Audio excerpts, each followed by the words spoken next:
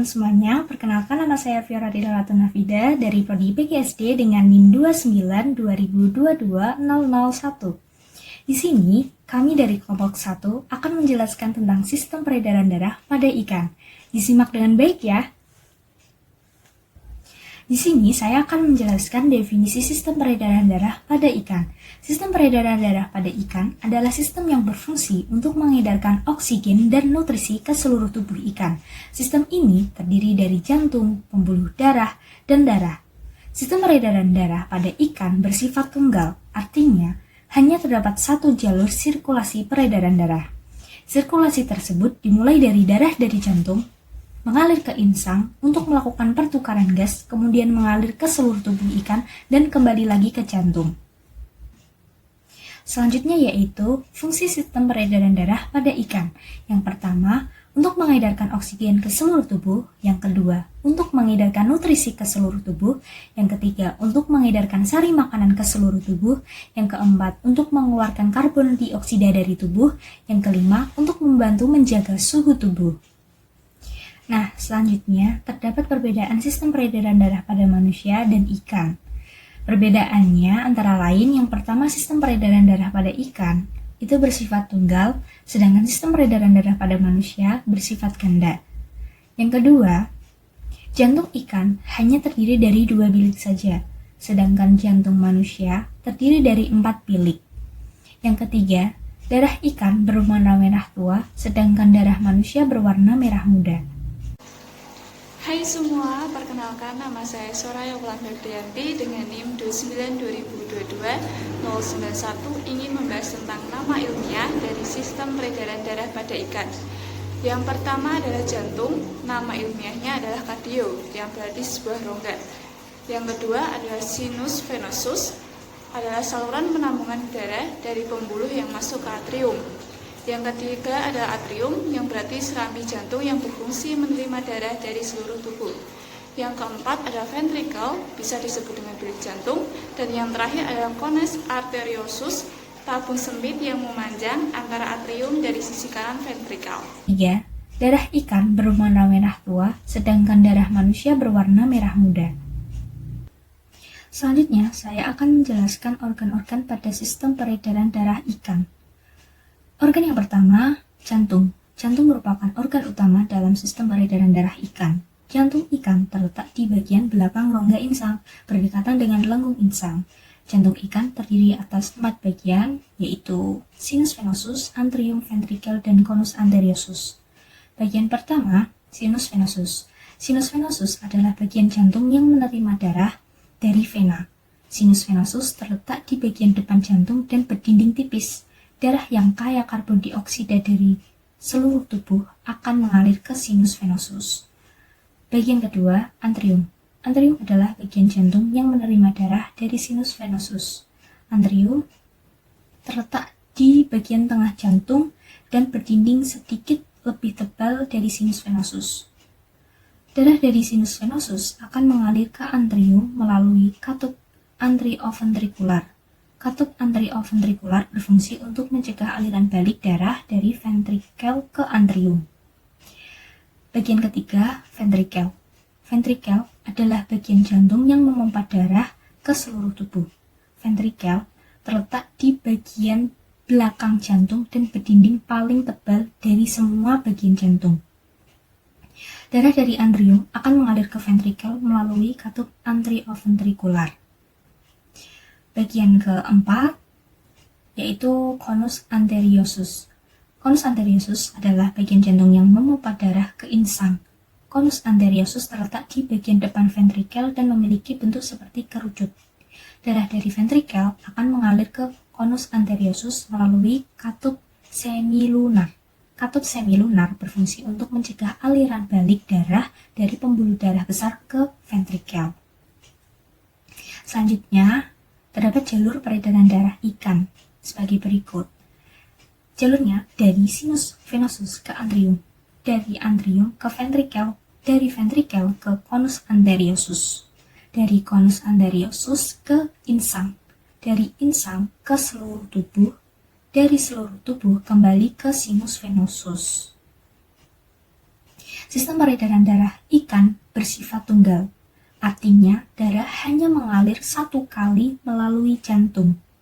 Darah yang kaya oksigen dari insang akan dialirkan ke seluruh tubuh, kemudian kembali ke jantung melalui pembuluh darah vena. Yang selanjutnya, saya akan membahas selanjutan dari organ yang menjalankan sistem peredaran darah ikan, yaitu pembuluh darah. Pembuluh darah sendiri merupakan prasarana jalan bagi aliran darah ke seluruh tubuh. Terdapat 3 bentuk pembuluh darah ikan, yaitu arteri atau pembuluh nadi, vena atau pembuluh balik, dan kapiler. Arteri merupakan pembuluh yang dilalui oleh darah yang berasal dari insang. Vena merupakan pembuluh yang dilewati oleh darah yang menuju ke jantung. Kedua pembuluh tersebut mengalir sepanjang tubuh ikan, sedangkan kapiler merupakan bagian dari percabangan pembuluh darah yang merupakan tempat terjadinya pertukaran gas dan nutrien antara darah dengan jaringan atau sel. Yang selanjutnya adalah darah, merupakan bagian dari sistem sirkulasi yang memiliki fungsi untuk mengangkut oksigen, karbon dioksida, dan nutrisi yang dibutuhkan oleh tubuh.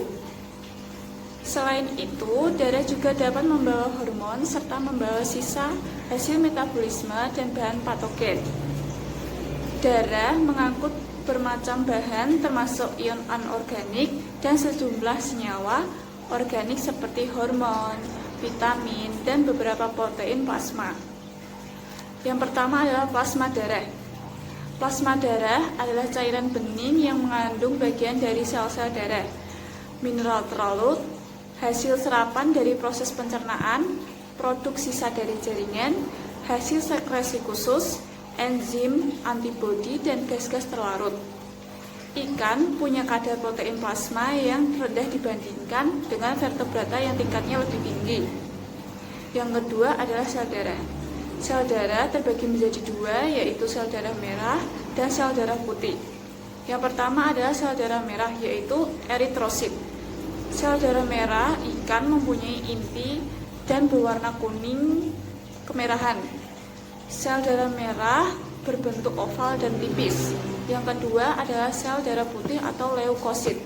Selain mengandung sel darah merah, darah ikan juga mengandung beberapa tipe sel darah yang tak berwarna seperti sel darah putih atau leukosit. Yang ketiga adalah pembentukan darah. Pada vertebrata berdarah panas, pembentukan sel darah terjadi di sumsum tulang, limpa, dan tonjolan pembuluh limfatik. Pada ikan dan amfibia, pembentukan sel-sel darah terjadi lebih banyak di dalam organ. Perkenalkan, nama saya Mirabel Diadabiah, NIM 29/2019-076. Di sini saya akan membawakan materi mengenai peredaran darah pada manusia. Organ peredaran darah pada manusia terdiri dari 2 bagian, di mana ada jantung dan pembuluh darah. Yang pertama adalah jantung. Jantung manusia memiliki fungsi untuk memompa darah ke seluruh tubuh. Jantung memompa darah dengan cara berkontraksi dan berelaksasi secara bergantian sehingga jantung berdenyut. Jantung terletak di rongga dada sebelah kiri. Ukuran jantung kira-kira sebesar kepalan tangan pemiliknya. Jantung manusia dibungkus oleh selaput titipan yang disebut sebagai perikardium. Bagian-bagian pada jantung manusia terbagi menjadi 4 ruang. Ruang yang pertama adalah serambi kanan. Serambi kanan berfungsi menerima darah kotor yang mengandung karbon dioksida. Yang kedua, serambi kiri. Serambi kiri berfungsi untuk menerima darah bersih yang mengandung karbon dioksida ke paru-paru. Yang ketiga, bilik kanan berfungsi memompa darah kotor ke paru-paru untuk membersihkan. Yang keempat, bilik kiri memompa darah bersih ke seluruh tubuh. Organ peredaran darah yang kedua adalah pembuluh darah. Pembuluh darah merupakan saluran tempat mengalirnya darah dari jantung ke seluruh tubuh dan dari seluruh tubuh kembali ke jantung. Pembuluh darah pada manusia terbagi menjadi 3 bagian. Yang pertama, pembuluh nadi atau arteri adalah pembuluh yang mengalirkan darah keluar ke jantung. Yang kedua, pembuluh balik atau vena, pembuluh yang membawa darah kembali ke jantung. Yang ketiga, pembuluh kapiler adalah pembuluh yang sangat halus menghubungkan antara pembuluh nadi dan pembuluh balik. Perbedaan pembuluh darah. Yang pertama, pembuluh nadi atau arteri, letaknya di bagian dalam tubuh, dinding pembuluh tebal, kuat dan elastis. Aliran darah berasal dari jantung, denyut terasa atau seirama dengan denyutan jantung. Yang kedua, pembuluh balik atau vena, letaknya di permukaan tubuh atau tampak kebiru-biruan, dinding pembuluh balik tipis dan tidak elastis. Pada pembuluh balik, aliran darah menuju jantung dan pembuluh balik ini denyutannya tidak terasa. Proses peredaran darah. Proses peredaran darah pada manusia ada peredaran darah besar dan peredaran darah kecil. Peredaran darah besar adalah mulai dari jantung atau bilik kiri ke seluruh tubuh, ke jantung atau serambi kiri kanan. Yang kedua, peredaran darah kecil mulai dari jantung, bilik kanan, paru-paru, dan ke jantung atau serambi kiri. Jadi peredaran darah besar dan kecil ini adalah peredaran darah besar memompa darah ke seluruh tubuh, sedangkan peredaran darah kecil memompa darah ke paru-paru. Sekian dari saya, terima kasih. Yang selanjutnya adalah membahas contoh dalam kehidupan sehari-hari. Hal ini bisa kita lihat saat kita sedang membersihkan ikan untuk diolah. Biasanya kita akan membuka perut ikan dan dibelah sehingga kita bisa melihat peredaran darah pada ikan. Walaupun tidak semua ikan dapat terlihat dengan jelas. Contoh peredaran darah pada ikan dalam kehidupan sehari-hari adalah ketika ikan bernapas. Ketika ikan menghirup air melalui mulutnya, air tersebut mengalir melalui insang dan oksigen diambil dari air. Oksigen tersebut kemudian diangkut oleh darah yang kaya oksigen melalui pembuluh darah dan disirkulasikan ke seluruh tubuh ikan untuk digunakan dalam proses metabolisme.